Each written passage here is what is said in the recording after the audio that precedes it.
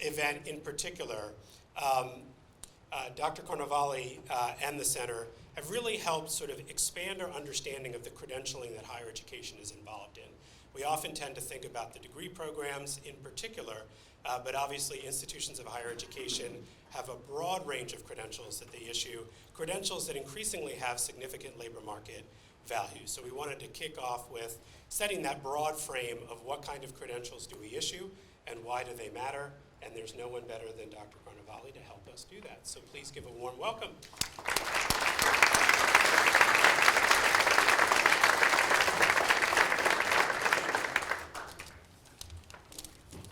Good morning. You've all been trained well by your teachers. I only have one slide. I don't want you to expect more than that. And this, in fact, is a slide that I purloined from Holly Zanville. And then came this morning and discovered that she was here in the audience, so I'm caught red-handed. It is a slide that, for me, cuts to the point, perhaps in a somewhat vulgar way, about the economic value of credentials, which I think is the core driving force in innovation and change in this domain. That and issues of cost with respect to credentials and their ultimate return in labor markets. Not to say that that's the purpose of higher education. Let me quickly make my apologies on that. Higher education, distinct from K-12 education in the American system, is a set of institutions that have always been there for exploration for people. They are part of a larger set of commitments in the American culture to the people, part of a larger set of commitments to the notion that in a democracy the people are the product. The people are not organized and driven by their access to the product or their ability to make product, but that the people are the product, and the function of education ultimately is to allow people to live fully in their time. That has always been much more associated with higher education or post-secondary education, less aggressively in the American system. And that mission remains. There is no doubt about that. What's changed is the context in which that mission occurs. And that context is one in which the fundamental change in the role of higher education has been driven by economic change, in the sense that what we've seen over the past 40 years or so has been a rise in the economic importance of post-secondary education and training, beginning in the 1980s, a set of changes that... I wonder if you can turn the mic up a little bit. We're sitting on an incredibly loud fan here. It makes it very hard to hear. Does that help? Just bring it to my... Yeah, this mic is only so long. Happily, I'm very short, so I'm close to the mic. No comment. Does that help? Yes. So I'll lean and be even shorter, just for you.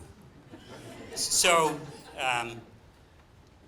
in the end, what we're seeing is a set of changes that have to do with the relationship between post-secondary education and the economy, and that is in a sense, the burning platform on which all this innovation is occurring, very fast, very facile, without much evidence about what works, but with a felt need on the part of the public, both on cost and on what we, to get directly to the point, both the focus on cost and on gainful employment. That is, the extent to which investments in higher education or post-secondary education and training bring value.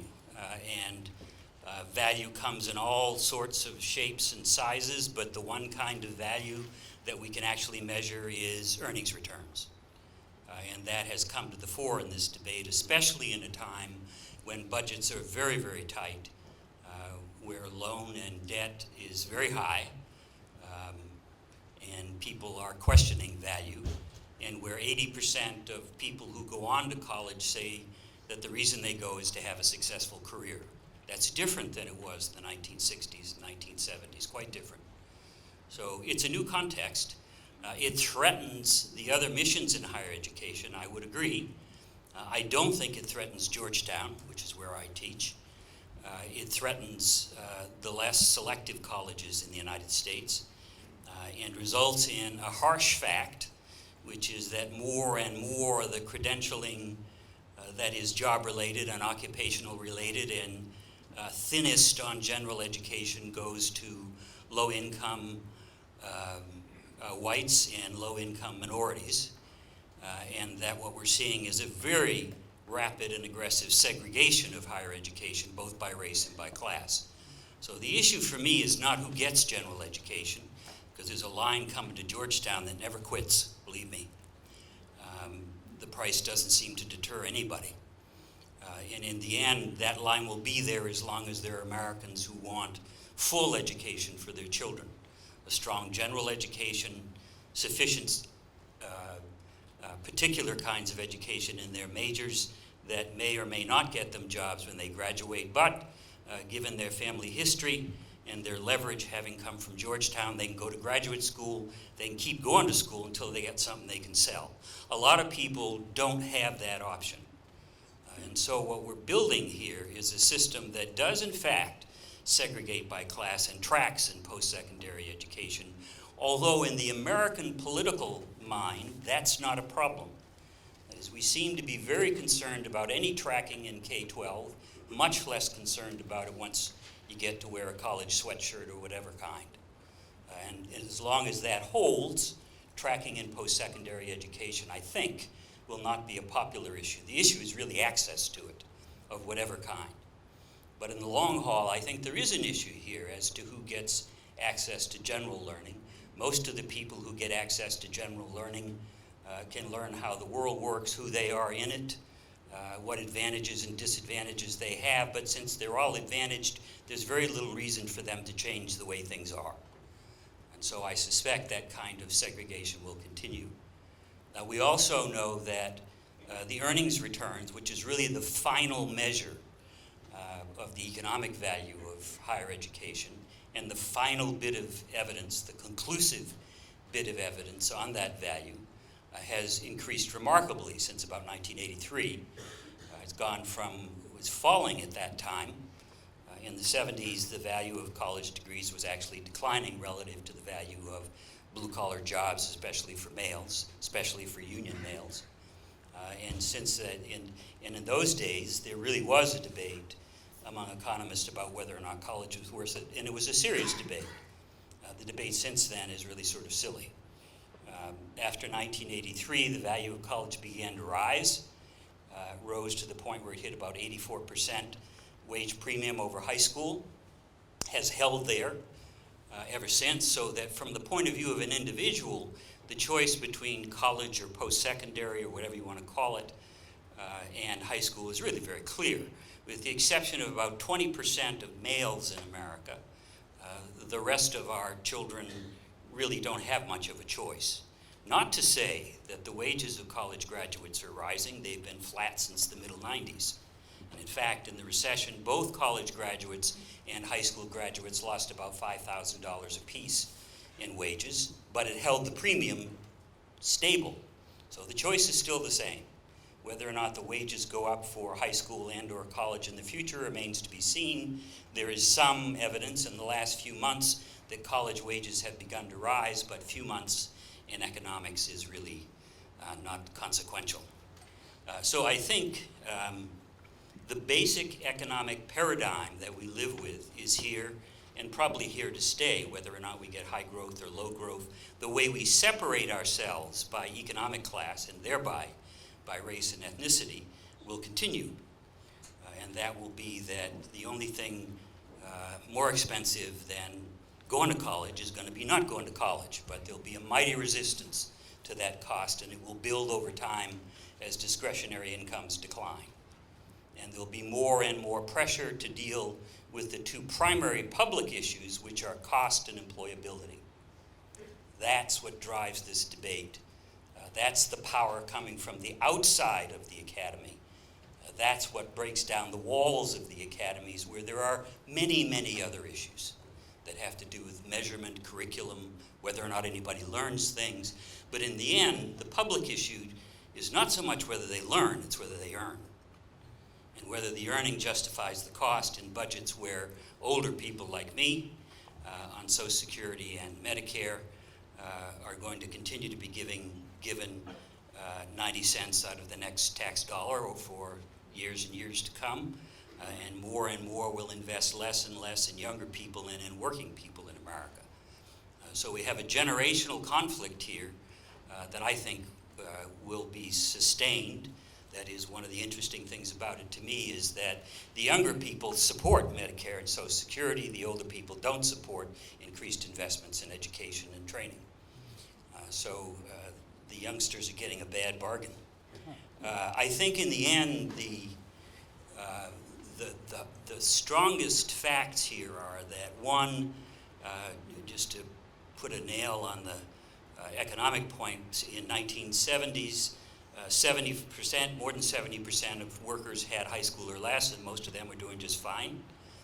Now, more than 60%, if you believe our numbers, need some kind of post-secondary education and training, and if you don't believe the 60, then the other number is 50. So the change is really quite substantial in terms of what it takes to get a middle-class wage in the United States. And then secondly, what I think is the most remarkable fact is that the college wage premium has doubled since 1983, but at the same time, the numbers of people in the workforce with college has quadrupled. In economics, that is a phenomenon, because there is a presumption that what is ever amply supplied will drive down prices. Sand is cheap, diamonds are expensive.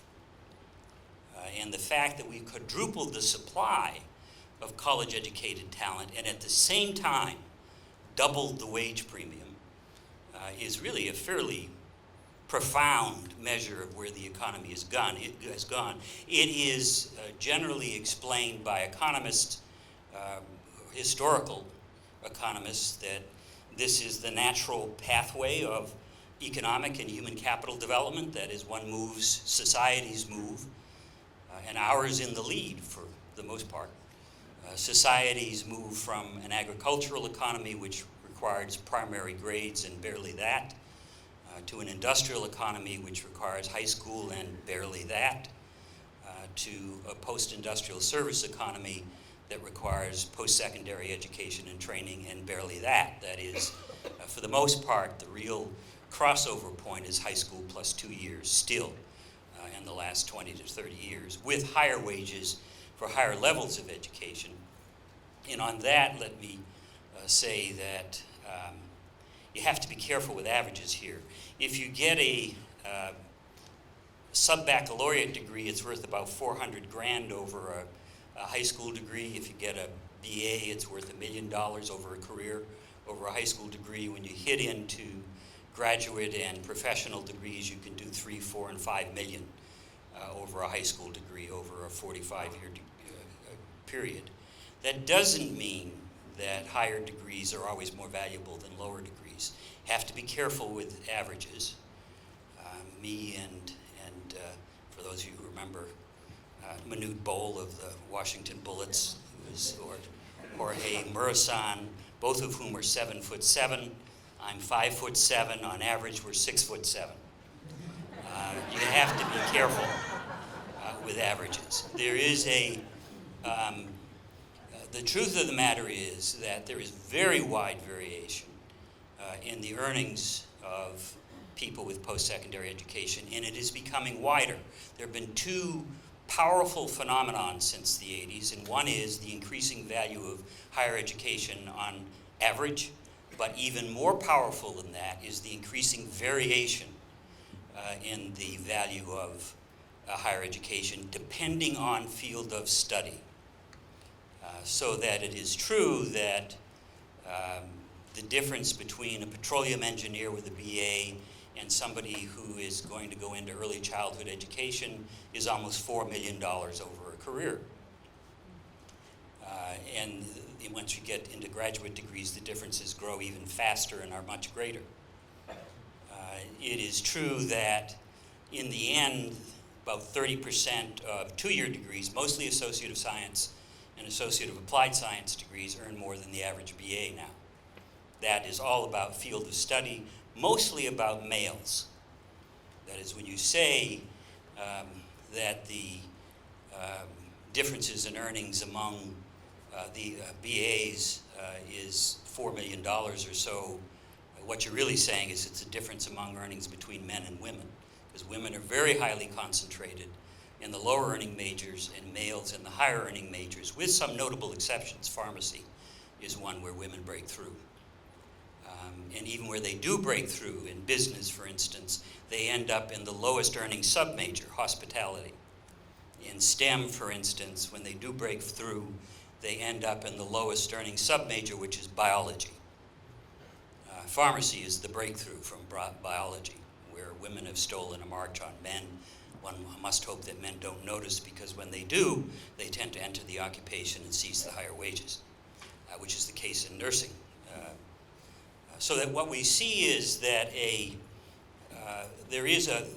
the economy is using the post-secondary education system to sort us in economic terms. And whereas in the 70s it really didn't matter much, because education post-secondary was basically Plato or Shakespeare on the lawn with your favorite professor, it's not that anymore. It's an entirely different institution that sits at the heart of the American bargain, the American social contract, which is that we will all have equal opportunity, to use the words of the Bush campaign, to rise. So that there is a, good PR people over there. So there is the right to rise is an American ideal, probably the one held most closely. I would argue we don't care much about inequality, and I think that'll be demonstrated before all is said and done. But we do care about opportunity. So when we don't see the right to rise, when we don't have increasing income mobility in the American system, that's a problem. And that's the problem we're confronting now. And higher education, or post-secondary education and training, has become part of that problem.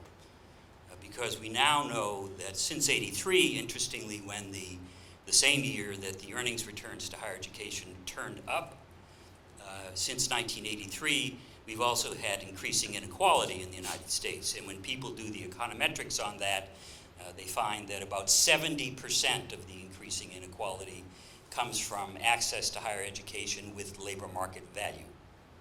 So the differences in higher education, it may be however you feel about the 1% and the 99%, the 99%, it's about education, not about power. So I think there is this issue is of some very substantial importance. It really governs our ability in the future to maintain the basic social contract that guarantees every American the right to rise. Without that, there's no excuse for our economic system. It's simply an oligarchy. And higher education has become implicated in that, through no fault of its own. I'm not disparaging the character of people in higher education here. But in the end, higher education and the way it sorts people by income is the device that is most powerful in determining class. And in the case of the United States, what determines class determines racial differences. So I think that that's the challenge before us, and it is the reason why, at least in my own case, and I think in a lot of other people's cases, that we seem sort of vulgar on these issues. That is, I see this as an income question and a social mobility question. I don't think it's about Shakespeare and Plato.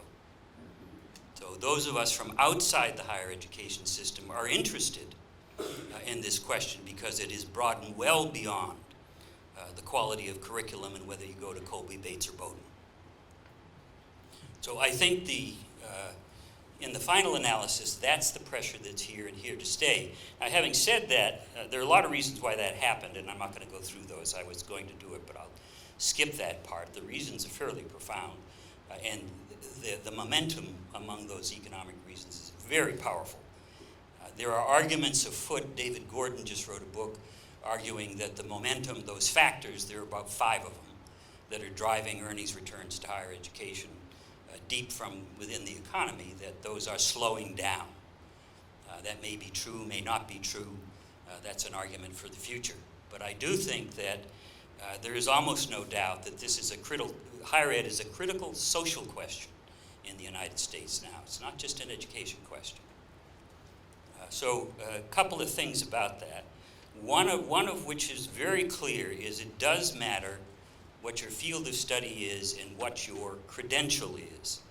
And one of the things that's happened is that since '83, we moved to an economy where some form of credentialing, and in some cases not, that is, non-credit education is oftentimes worth more than credit education. We discover, looking at the data, we discover that course clusters tend to matter more than majors. We discover that the 40% or so of the courses in your major drive earnings more than the 60% of general education. All this has led to an unbundling of education. And no one to blame but the market. When markets find value, they'll unbundle it, and markets will, of their very nature, unbundle value and find the highest value and try to sell it, which means they're going to, and you see all of that happening. The explosion in credentials is part of that. One of the things, I used to work for a senator from New England, and I remember, fresh with my degree in intellectual and cultural history from college, him going to the floor of the Senate one day with me and saying, I was wondering why he was paying so much attention to this vocational stuff that we were trying to go to the floor and strike down. And he said to me, listen, where you went to school it was about, and that was his phrase, Shakespeare and Plato on the lawn, but for you and I today, this is an industry, and we're protecting an industry. And in Maine, that meant four-year colleges in those days. And this is an industry where credentials have huge value, and where the value in course clusters and non-credit education, the value in learning is what resides beneath that. That is, it is the competencies that we're ultimately selling, not the courses, not the degrees, but the competencies. We hear that over and over again from business people, and they're right. They don't care so much about the degree, they want the competencies. We're far from understanding how to create those competencies, but that's clearly what's driving this. You can see it in the occupational data. Nowadays, in an occupation, knowledge is core, but it only has value when it occurs in the context of skill, which is the ability to use knowledge to create new knowledge or innovate. Only valuable when it is used in the context of deeper abilities like creativity and innovation, and increasingly only valuable when it is used in the context of personal kinds of competencies. That is, an interest in what you do, your work values, your personality. So employers more and more want the whole person to come to work, and what they're looking for from people is fairly complex and difficult to produce. We're far from understanding how to produce competency in the labor force. We can measure it very easily. Translating it back into curriculum is not so easy, in part because we always built those competencies on the job before. Now employers want people to arrive because the first job requires those competencies now. Whereas in the old days, you could go sweep up on the loading dock, and 10 years later you're a machinist, an accountant, a manager, whatever. It doesn't work that way anymore. Day one, you've got to have these competencies, because if you don't, you can't do the job you get on day one. So there is a profound shift here that has resulted in an explosion of credentials, and the senator was right. It is an industry. I didn't think that then. I thought he was a bit vulgar. It is an industry. It is a $400 to $500 billion industry, higher education alone. And then employers play their side of the game, which is they do about $117 billion a year in formal training. 30% of that they contract out. So there's another market of about $40, $50 billion that you can get by working with the employers.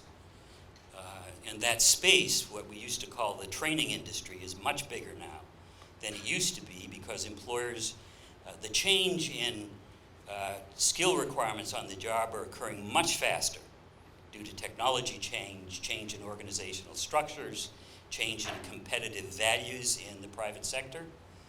The economic value has become more diverse. All of that, in the end, has forced employers into more and more training on the job. I would argue there's a debate about that as to whether or not it's formal or informal training that's increasing. But in the end, it's also given them cause, for the first time since the 70s, to expand the training industry, which is that space between the employers and the educators. The way it usually works is skill change happens on the job.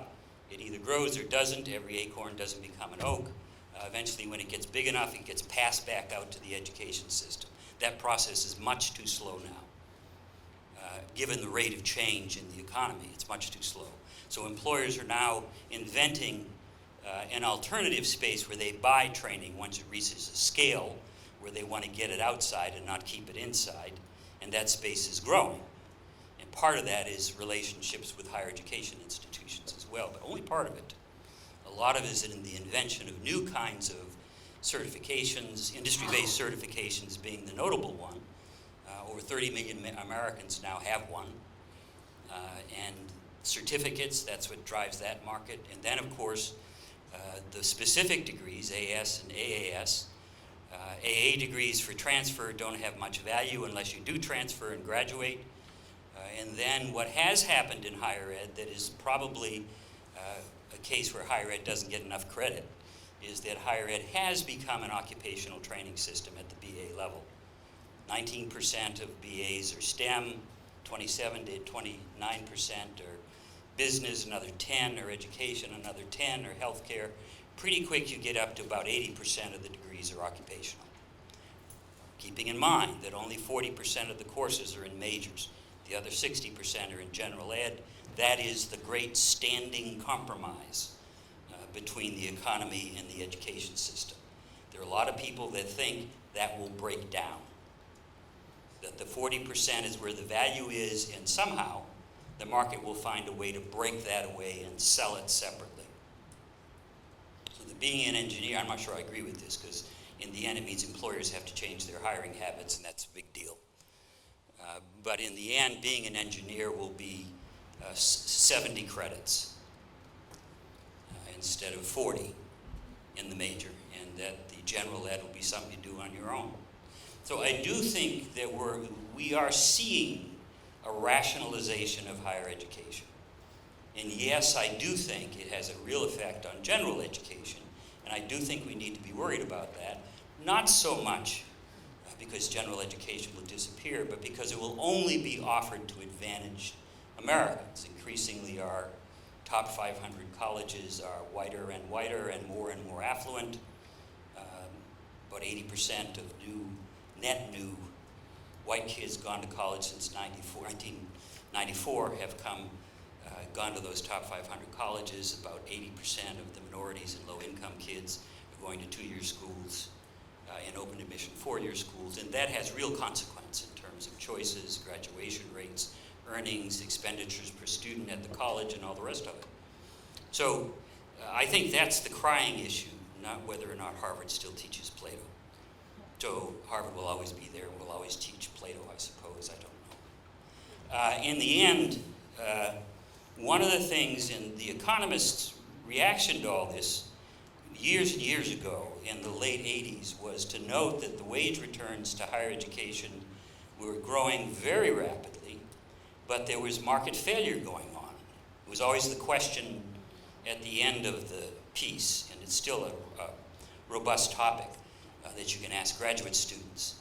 Why is it that the wage premium has gone from 39 to 84% and stayed flat? Why hasn't it fallen?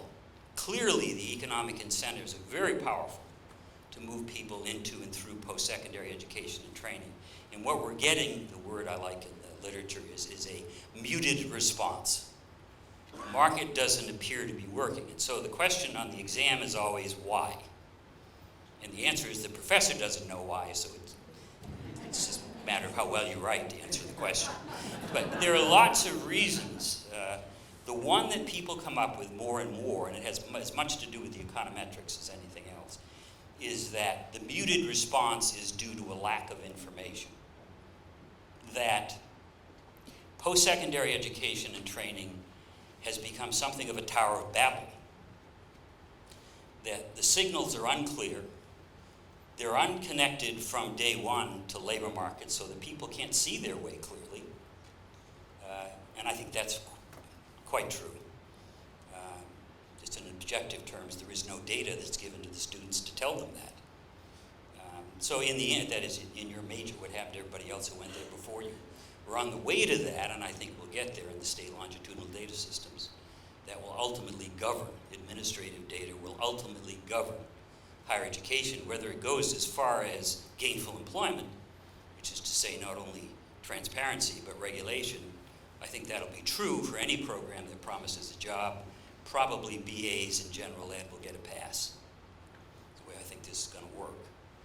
So in the end, the muted response seems to be due to the fact that the whole domain has become much more complex. It's much bigger. It's much more tightly tied to the economy. The economic mission in higher education, like it or not, is here unless we build another institution to perform this function. And there's enough diversity in higher education, I think most people suppose, that it will diversify to perform this function. And that in the end, the system that we'll be looking at 20 years down the road will be perceptibly different than the one we have now, and much more tightly tied to cost and employability than it is. Whether it's tied to learning or not, I don't know. Because for the most part, what the public and people responsible for spending public money want is a return on their investment and low cost, so they can have high access. Because if we're going to meet President Obama's goal, or the Lumina goal, or the Gates goal, all of which are within 5 minutes walk from each other, if we're going to meet any of those goals, we're either going to come up with another $400 billion a year for post-secondary education, and there goes my Medicare. So please don't do that. On the other hand, we're going to have to get more efficiency out of the system, and we're going to have to connect value to post-secondary education and training, and we're going to have that big ugly debate about what value is. And I suspect we'll resolve it that value is different by class, because that's the American way. So I think in the end, what we're going to see coming is, and I think the core of it is the administrative data. In my experience, policy is not about what's ideal. It's a mistake to argue ideal, because that's not the way it works. It's always about what's next. And I think what's next is transparency. And transparency will be delivered through administrative data, not from external data. If you're in a business trying to make money in this $500 billion, $600 billion industry, you better find a way to get connected to administrative data, because that's the core. I think you can. Governors will very quickly decide that in using their administrative data, they want to contract out for counseling services, for a whole series of other services. They don't want to put public employees to work. They don't want public employee wages. They want private sector pizzazz. They want technology. They want competition. And so there'll be a lot of contracting out here in this arena. So I think that's, in the end, what's coming. I think I'm not sure how all this turns out. We do it in an environment with almost no money. We've had something of a blessing in the last 2 years, in that the recession ended and the pressure on Pell Grants came down. Because the point of the spear in this was the money for Pell Grants in budget requests to the Appropriations Committee on the Hill. The federal government has a primary role here because they're now paying for the system, either in terms or loans or grants or their grant of not-for-profit status to all post-secondary or virtually all post-secondary institutions. The for-profits are being reined in by court cases and a variety of other means, which will essentially make them beholden to gainful employment. They will be, in my view, they're very useful in the sense that they're like the Japanese in the American auto industry in the 1970s. which is they will be the first to be asked to meet gainful employment standards seriously. Because they're sort of like the least popular kid in the freshman class.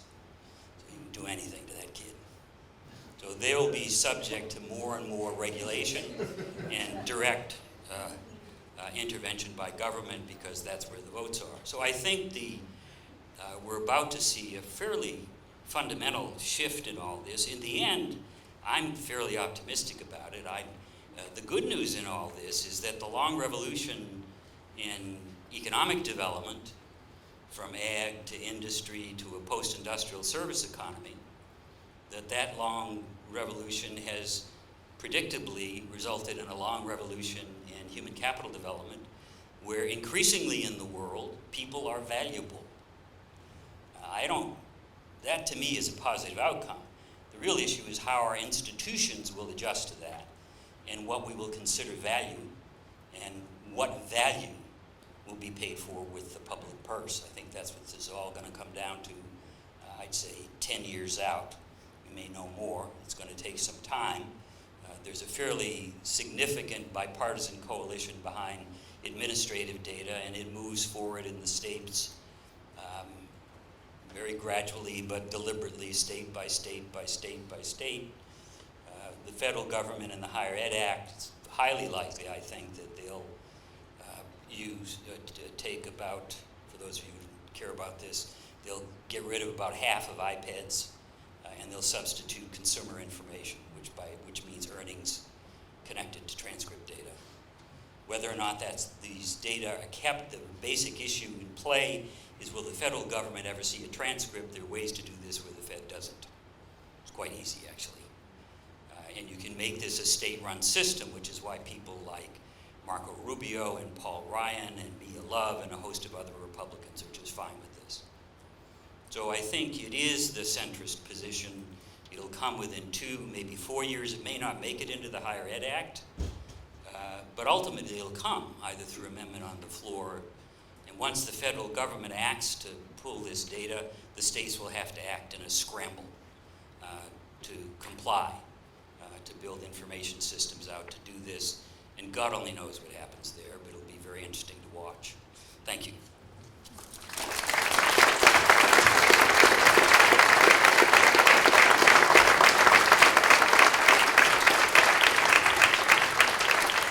I think we have time for a few questions. We have the roving mic. We'll repeat the question. Okay. My question is about your apparent faith in human capital explanations.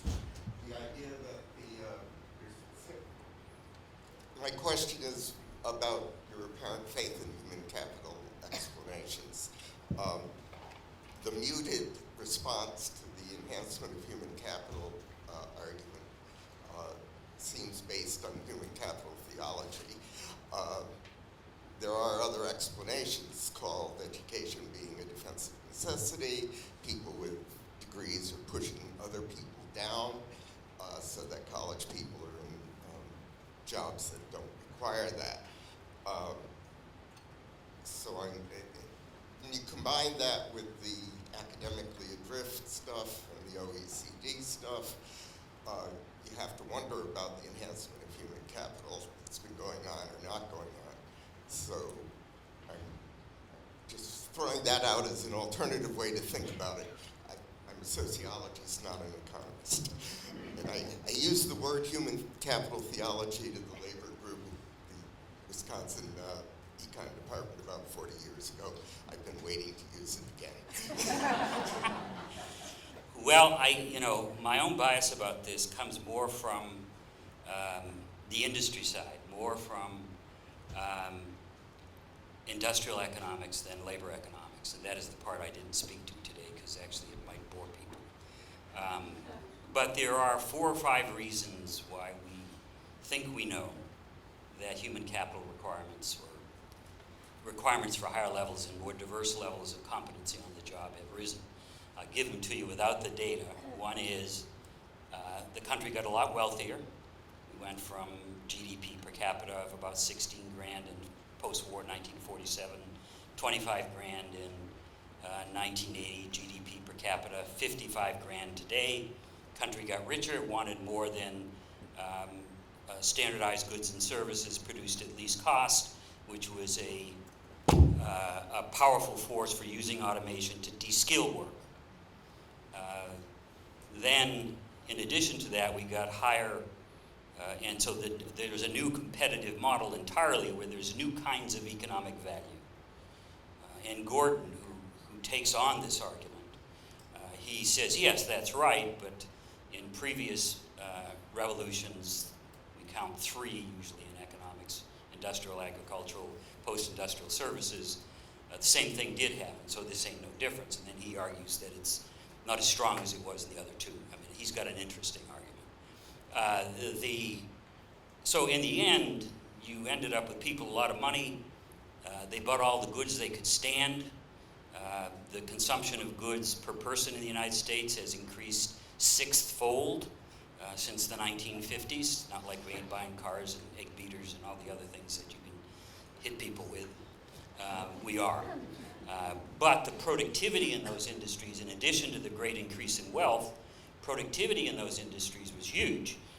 So that we make 4 times as much stuff now with slightly fewer workers than it used to take in the 1940s, in the 1950s, 1960s, and so on.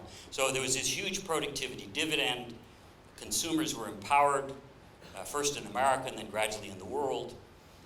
And then that resulted in a shift in consumption from goods to services. Used to be in the 1950s that 60% of household budgets was spent on goods, cars, egg beaters, whatever, the stuff you buy. That's now down to about 25% total.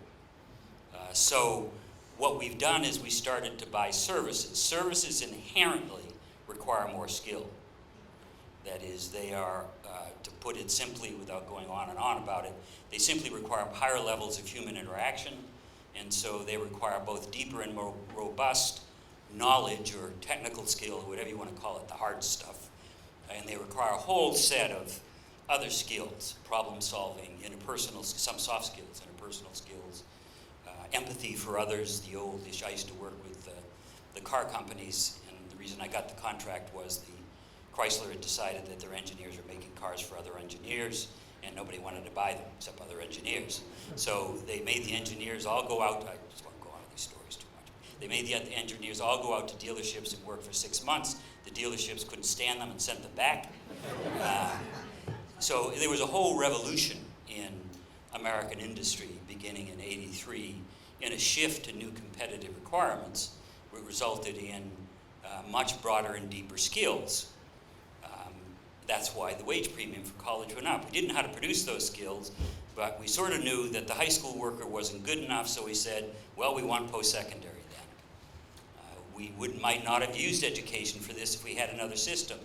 In my lifetime, in the 70s, we thought we were building another system. For those of you, I see a few here, who might remember, it was called CETA, the Comprehensive Employment Training Act.